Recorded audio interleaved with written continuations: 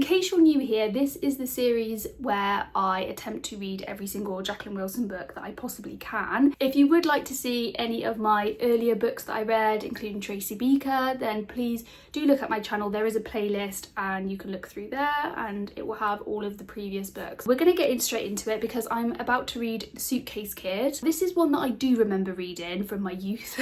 I did have this book. I used to have this book. Obviously this is a secondhand copy. It's fairly short again, so obviously I don't know why I say that because if they're kids books they're going to be fairly short. If I remember, I think she's called Andy. It's about divorced parents. That's why she calls herself the Suitcase Kid, because she feels like she's living out of a suitcase because she goes between her mum and dad, I think, if I remember that correctly. I do plan on reading this today, hopefully finishing it. You will see it when I've read it, I had to think then, when I've read this, and then I shall talk about it and tell you my thoughts, feelings, opinions. Of course, we will be doing a tracker. I track every time a Mars bar is mentioned, a can of Coke or a Kit Kat, because obviously that's the holy grail of Jacqueline Wilson books. But hopefully we'll get all through with this one, but we shall see.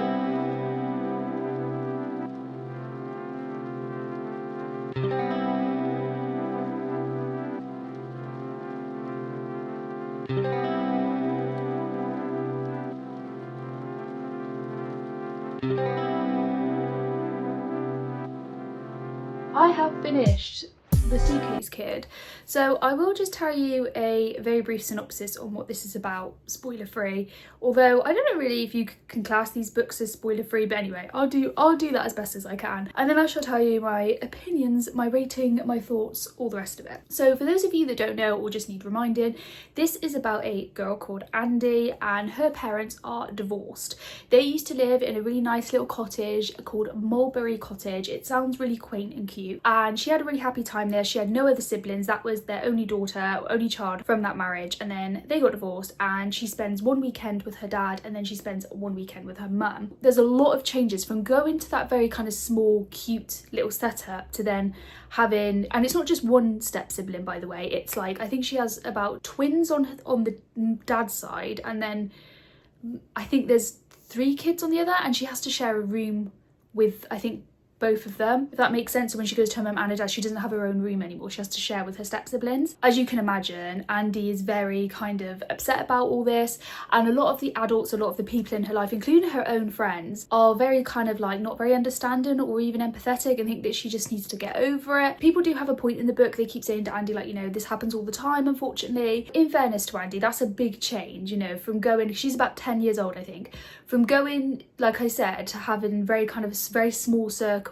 and then suddenly having like 3 or 4 step siblings, having to share a bedroom. That's quite a lot. Now Andy sort of copes through this pet rabbit, but it's not a real rabbit, it's like a soft toy that she has, and she calls it Radish. And I do actually remember this from when I read the book. I remember this now, it was coming back to me as I was reading it. That's kind of like her comfort, and she absolutely adores this little rabbit. Eventually she kind of accepts that this is her life now. She does try to kind of come to terms with it in her own way. I think it was fine. I gave this 3 stars. I didn't love it, I didn't hate it. I don't think it's Jacqueline Wilson's best work, but I don't think it's awful. Again, I try and look at it from the perspective of me when I was younger, or even kids today. I don't want to keep saying this on every single Jacqueline Wilson video, but of course it was a little bit old-fashioned. The words that are used and just the language, just the general kind of chit-chat, you know, day to day, is a bit old-fashioned. So I don't think kids of today would really, I think they just find it a bit old-fashioned, to be honest. Jacqueline Wilson, I always say this, I don't want to keep repeating myself, but she is known to be quite, like, she doesn't shy away from difficult subjects. Your parents divorcing or separating when you're quite young is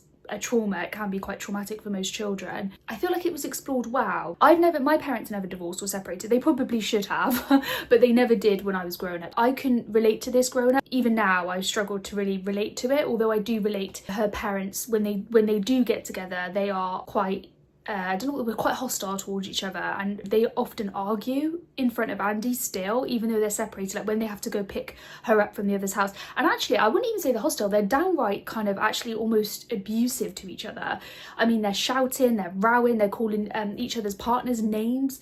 And I was actually quite shocked because her mum calls the dad's girlfriend a slut. I was quite shocked by that. Not really by that, but more like that was in a children's book.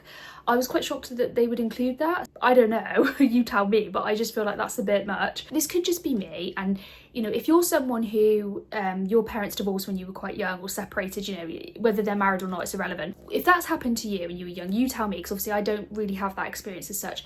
But I just felt like everyone was kind of, all the adults, all the people that are meant to sort of be responsible for Andy, sorry. Did I call her Addie before? Her name's Andy, sorry. It's actually Andrea, but everyone calls her Andy. I just felt like, and again, this could just be me, but I felt like they were all kind of blaming her a little bit. Oh, come on, grow up, and come on, like, pull yourself together.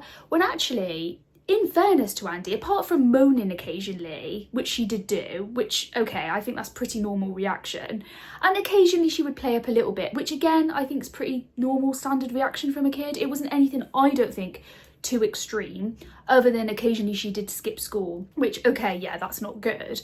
But like, I just felt like they were kind of like, oh, you need to grow up, and you know, she's 10 years old. I feel like the parents needed to grow up, because they were literally shouting at each other and they were hostile in front of Andy. It's one thing to do it when your kid's not around, but it's another thing to do it when you're, and bearing in mind they're not together anymore, like they're separated. I didn't like that, and I mean, you know, maybe that is realistic, but I feel like, obviously I know it doesn't happen with all couples and children and families, but I feel like in most situations like that, I feel like the adults would remain civil. Like they would probably still hate each other, but for the sake of the child, they'd be like, yeah, okay, and they just do small talk and that'd be it.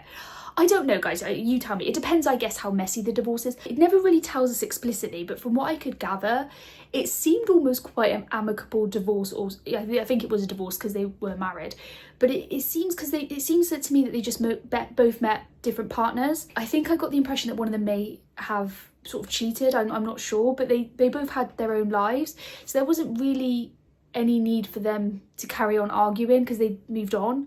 They both have moved on. I don't know, does that make any, am I making any sense? Probably not. In my head it makes sense. Genuinely thought she wasn't acting out that bad. Like, yeah, she wasn't perfect, but actually, considering, she was pretty, I think she was okay, actually. She's quite normal reactions. She had problems adjusting to having step siblings, sharing a room, but again, I think that's pretty normal when you've only ever had your own space, and now all of a sudden you're being asked to share a room with like a stepsister who's similar age to you, and I feel like the parents were very much trying to push them together, and like, oh, I thought you'd be friends because, you know, you're similar age.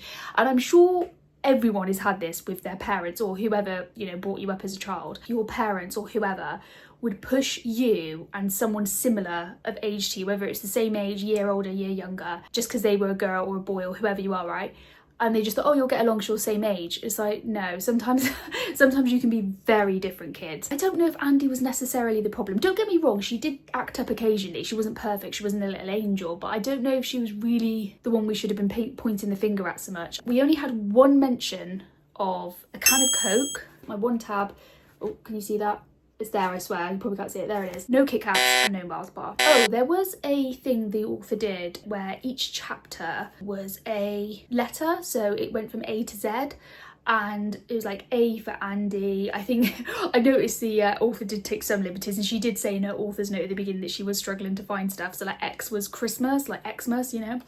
I was like, okay, that's a bit of a stretch, but we'll have it, because that is quite difficult. The author said at the beginning, the reason in her note, the reason she did it like that was like, eventually it's like you kind of adjust to it eventually. So it's like at the beginning, it's kind of like going through the alphabet, like going through the motions. I get what she was trying to say. She explains it a lot better than I did at the beginning, but I kind of get what she was going for. I do think this would be good for kids who, around the ages of about 8 and maybe 11, maybe 12, their parents are divorcing or are divorced or separating, whether they're married or not, it doesn't really matter, basically not together. It is good for that. But I do remember as a child, I don't think I ever really reread this. It was in my collection, but I think I read it once and I was like, yeah, I'm done with that. And I remember just feeling like I can't really relate to this, and that's not necessarily a bad thing. That's really not. It doesn't make it a bad book at all. But I definitely think kids who have parents that are divorcing or are divorced will definitely get something out of this more than maybe children whose families are quite, you know, steady, if you know what I mean, basically non-divorced or still together. I guess it does teach them perspective, doesn't it? Like, you know, not all families are happy and all the rest of it, so